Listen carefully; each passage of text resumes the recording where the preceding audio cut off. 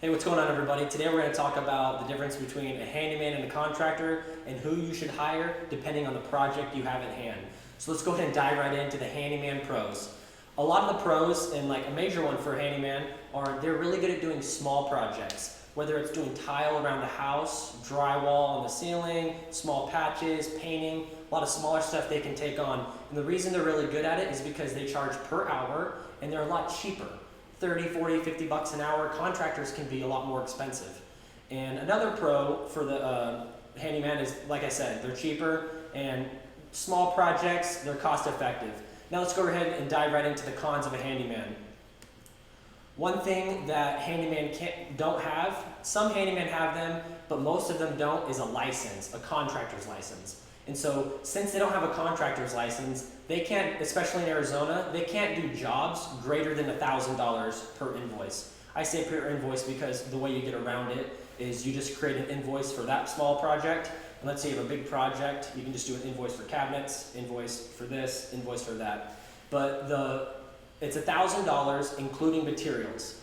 So handyman can't do over $1,000. And if you go ahead and pull a permit with the city, or you're going with the HOA, they require a contractor's license. So that's another flaw with handymen. They can't do the big projects.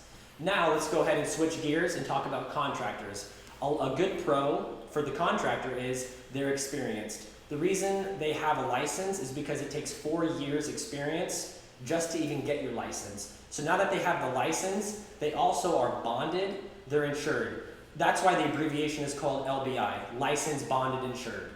Also, they can take on any small project or big project. Contractors can do small tile repair, or they can tile your entire house, or they can build an entire house. So contractors can do small and big, and when it comes to dealing with the HOA or pulling permits with the city, they can go ahead and pull the permits because they have the license to do it. Now, on the other side, contractors are a bit more expensive. The reason they're a bit more expensive is because they have the license, the bonded, insured, and they have a lot more to deal with. When you're dealing with handyman, you can hire a handyman, and this is what people don't know. Since the law for the handyman is up to $1,000, and let's say you did hire a handyman for a $10,000 job, if you guys go to small claims, the handyman can't sue because he's breaking the law. He only did work for, he should be doing work for under $1,000, and he's doing more than that, so he would lose the lawsuit. And contractors, on the other hand, when they do a big project, there's something called the recovery fund. So let's say the contractor bails on you. The homeowner can go after the recovery fund. They can take the license away from the contractor. They can go after the recovery fund, and they can win big, and they can win a lot of money and win all their money back for all the headache they're dealing with.